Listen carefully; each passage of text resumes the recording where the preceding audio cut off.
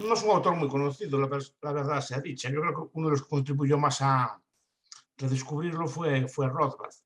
Digo que es extraño porque algunas de sus obras sí que han sido traducidas al español. Y lo descubrí buscando en las bibliotecas, en la biblioteca de la Universidad de Santiago, que hay algún ejemplar antiguo de sus obras, y en general se puede ver que existían en el siglo XIX obras traducidas al español, incluso al portugués, de Molinari. Fue un economista belga, muy liberal y tenía cierta altura intelectual, o sea, era un economista de cierto peso. Vivió en Bélgica y vivió en Francia, pero sufrió numerosos exilios. Según iban en su larga vida, se iban discurriendo los gobiernos, a veces tenía que exiliarse, a veces no. Era un economista bastante radical, incluso a día de hoy, bastante radical. Era un liberal extremo. Lo que pasa es que formaba parte del círculo liberal de Francia, ¿no? Del círculo de Bastiat, del círculo de Shey, del círculo, sobre todo de Dunoyer, ¿no? De todas estas personas que formaron un círculo en varias generaciones, que formaron un círculo libertario muy potente en Francia.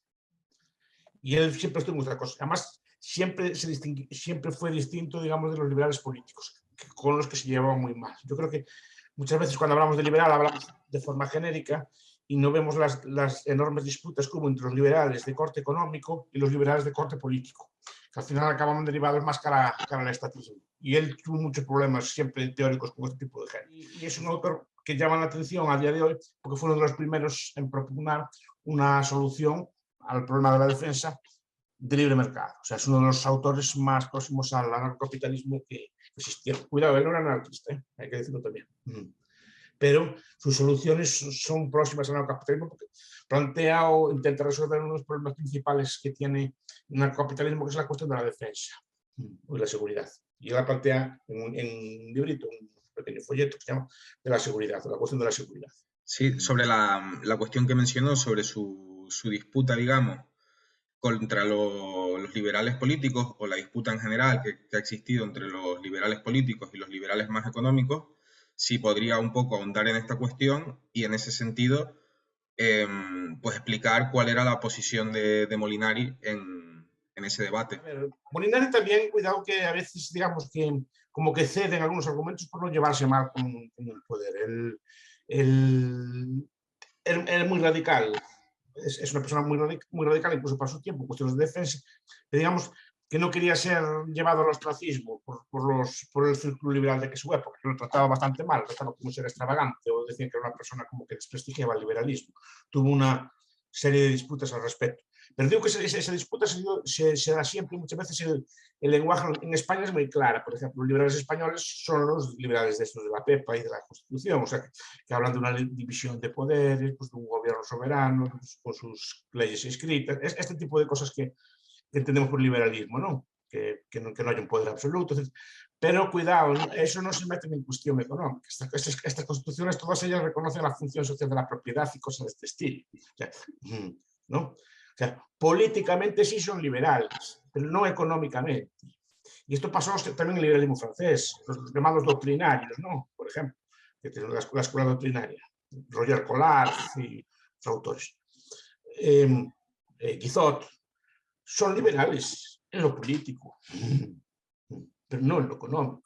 De hecho, muchos de ellos son bastante intervencionistas. Yo recuerdo que estoy hablando de memoria, porque en España los liberales lo primero que hacen cuando llegan al poder es subir los aranceles.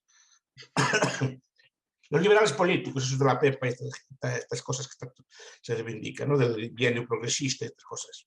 No confundamos, porque muchas veces se confunde, y Molinari lo puso bien claro, lo estableció bien claro. Una cosa, además, el liberal económico piensa que las libertades políticas y las libertades sociales derivan de las libertades económicas.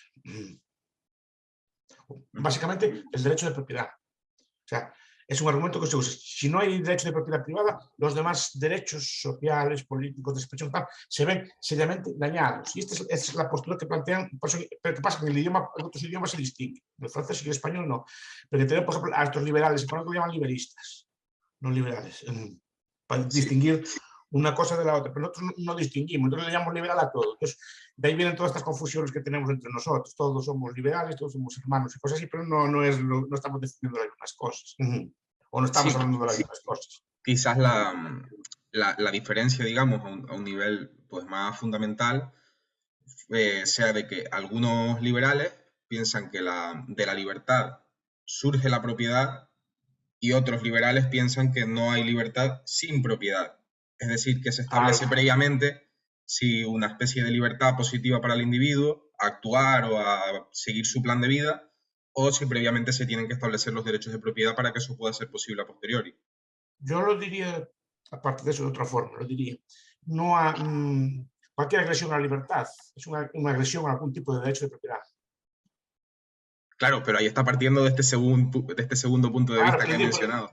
tiene que definir bien lo que es la propiedad y a qué derechos tiene, le da su propiedad, pero yo le digo que cualquier ataque a esa libertad implica un ataque a un derecho de propiedad, sea el de movimiento, sea el de hacer uso de sus bienes, etc. Siempre hay algún tipo de agresión de ese estilo, ¿no?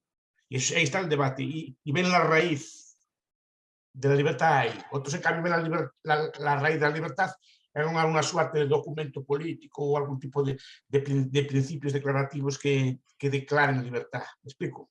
Sí, sí. Piensa Pero, que la libertad, España es libertad, o España, la Constitución es la libertad. Dice a veces, y si dicen, es decir, que el liberalismo español no se ve mucho, ¿no? Libres e iguales, solo estamos así. Y es un discurso muy interesante, es un discurso liberal político. sí, porque No además económico. habría que discutir si es posible ser libres e iguales al mismo tiempo. También, efectivamente. Pero bueno, pero me entienden, es decir, que el discurso liberal español o el europeo va en esa línea. Va en la línea de que tiene que haber unos derechos estrictos, que tiene que haber un Estado que garantice esos derechos, etc. Cosa que, por ejemplo, los liberales económicos no lo tienen tan claro. Molinari no. Molinari bordea el anarquismo, no lo llega a crear, pero sí que plantea unos debates muy interesantes. Y tiene una visión predatoria del Estado. No tan elaborada como otros autores, pero sí que la tiene predatoria. Por lo tanto, su teoría es que el Estado nace de la violencia, nace de la guerra, no nace de un contrato, una cosa por el estilo, en ese aspecto realista también. Por ejemplo, como otro autor que es bueno volver al que es Benjamin Constant, que también es próximo a su época, que también tiene esta visión predatoria del Estado. Pero después, el Estado está dirigido por una clase que oprime al resto, que extrae rentas al resto. El concepto de clase económica estamos acostumbrados a usar el concepto de clases de Marx, ¿no? De una clase que expolia económicamente a otra. Lo que dice, Molinari, y lo dice su gente, es que hay una expresión política. La clase dominante se organiza a través del Estado para expoliar al resto de la población. Entonces, y crea una especie de doctrina de capitalismo monopolista de Estado, pero distinto del marxista.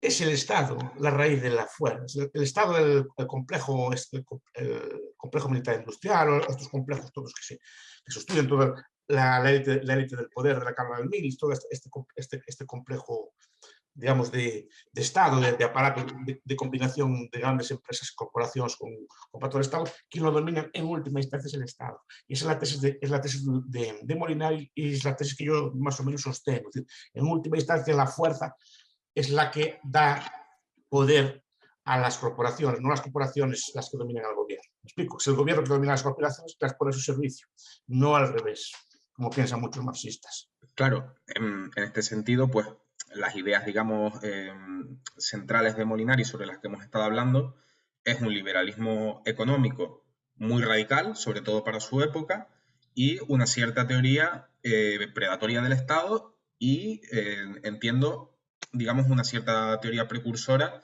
de lo que hoy en día se conocería como la teoría libertaria de clase.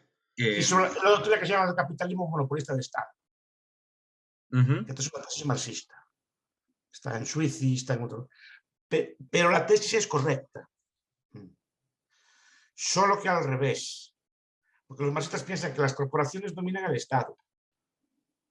Y yo digo que es el Estado que domina y le da privilegios a las corporaciones y las tiene aliadas suyas. Sé que a Molinari tampoco es que sea tan antiguo, repito, muere en 1912, o sea que no es un autor tan antiguo. Lo recupera porque yo, por ejemplo, de Molinari no había oído hablar hasta que leía a Rothbard. O sea, no llegué a Molinari por Molinari, llegué a Molinari porque vi que Rothbard hablaba de él, que había un señor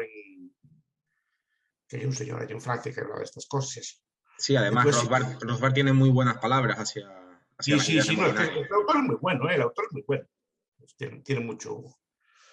tiene mucho empaque. Los libertarios franceses eran muy buenos, eran muy imaginativos. Y este es un economista de cierto. Pero además dedicó toda su vida, digamos, al estudio. O sea, no fue un diletante. O sea, conoce bien, aunque al final de su vida, digamos, como que se ablandó un poco. Los últimos libros, Society of Tomorrow, la sociedad de mañana, ¿no? Ya más blando, ya acepta más estados y más cosas. Pero vamos, aún así el núcleo de sus pensamientos es muy liberal. Y su influencia viene de ahí. Y desde que Barroso sí que se empieza a recuperar. Usted le diría que alguien, por ejemplo, que se quiera acercar a la obra de Molinari, bueno, y que quiera acercarse a alguna obra en español, que el libro sobre la producción de seguridad, que se titula el libro, Es el que hay. y que usted lo prologó, es una buena forma de acercarse al Es pensamiento de el que Molinari. hay, pero yo diría las veladas también. Molinari, repito, se encuentra. Yo lo vi en la biblioteca, hay varios libros de él, ¿no? Pero son libros de 1900 o algo así, que no se pueden sacar de la biblioteca. O sea, son libros que supongo que habría que escanearlos y publicarlos o así, pero supongo que la Biblioteca Nacional deben tener varios ejemplares de estos. Claro, yo paso muy vago, pero habría que escanearlos o editarlos de forma moderna o algo así. Pero sé que tiene varias cosas traducidas y yo vi traducciones al portugués y a otros idiomas. Y es un autor que se empieza a estudiar de nuevo, aunque no está muy estudiado, en el pensamiento político así no está muy estudiado. Bueno, pues igual puede ser un proyecto a futuro del Círculo Molinari el tratar de alguna forma atraer ya que tiene muy otras obras de este autor. A ver, ya que Juan de Mariana, por ejemplo, puso de moda Juan de Mariana y se reeditaron obras de él, que efectivamente el libro de la moneda de Villor, pues sí que se reeditaron, el del Rey, el libro del Rey se reeditó en el instituto. Por lo menos en su web o en sus cosas, hacer comentarios o traducción que sea de forma tal del texto de él, porque sí que hace falta que sea conocido.